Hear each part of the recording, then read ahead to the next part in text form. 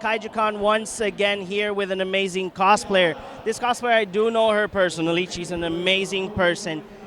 And I gotta ask you first at all, you recently did this cosplay, I think it was around 2-3 years ago, if I'm not mistaken, and it went bonkers in social media. How do you feel about that?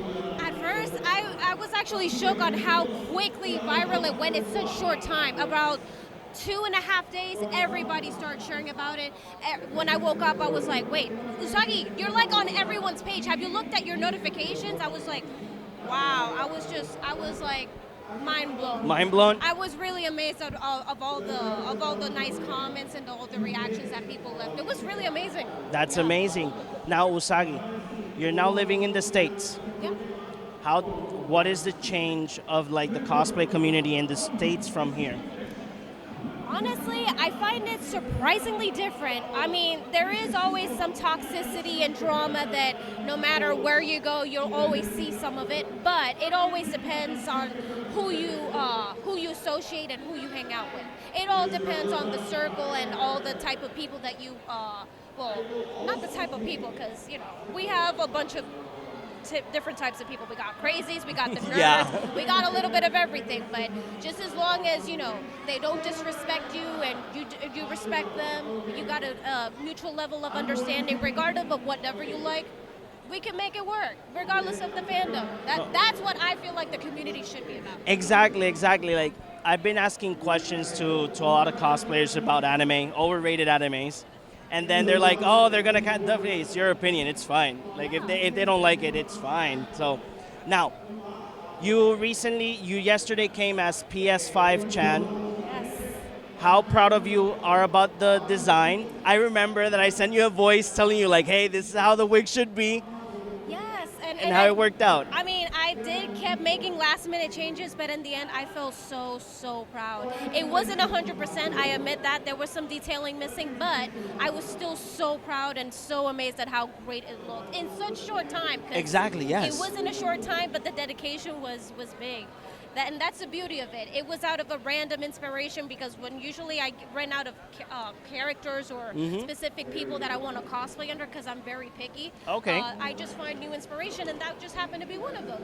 I mean, we've seen the PS5 trend before. Yeah. But this was more of a different cybernetic punk feel to it. Exactly, yes. I've noticed in your social media that you love cyberpunk. Yeah. Like myself, I love post-apocalyptic things. So people might judge me because I like, seeing the world destroyed, but it's okay. It's a different theme, but it's also a very popular. Exactly. So why cyberpunk, and can you explain us, you do have an OC character that you as well recently did like a photo shoot of. Yes.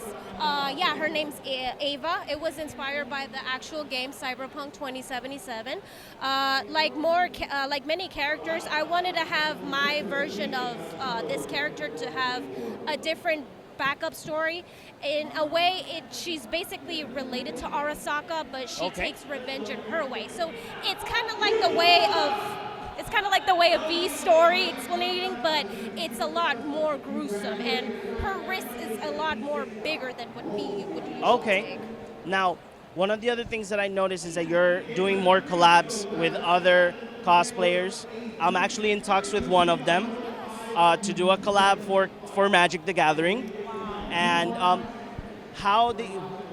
what inspired you to do these collabs? Mostly because I've, at least myself, never seen you in that type of scene, because I know that these are a little bit much more spicier content creators. But what inspired you to work with them? And is there any more future collaborations with them? Honestly, what really inspired me to do that part, that's really not a part that I don't expose much, is the fact that, with the that's another good thing about the cosplay. Within the time, you realize the power and the great creativity and the expansion that you can allow yourself to have, especially when it comes to boudoir and that type of photography.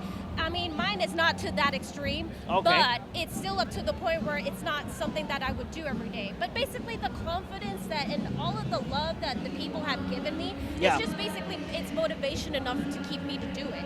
And of course, keeping it at a certain level. So. Oh, yeah. Now, what do you see yourself doing this as a career?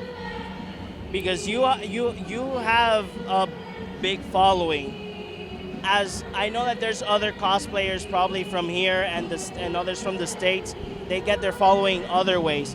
But being the fact on how you're doing it, you have quite a big following. Do you see yourself as doing this full time?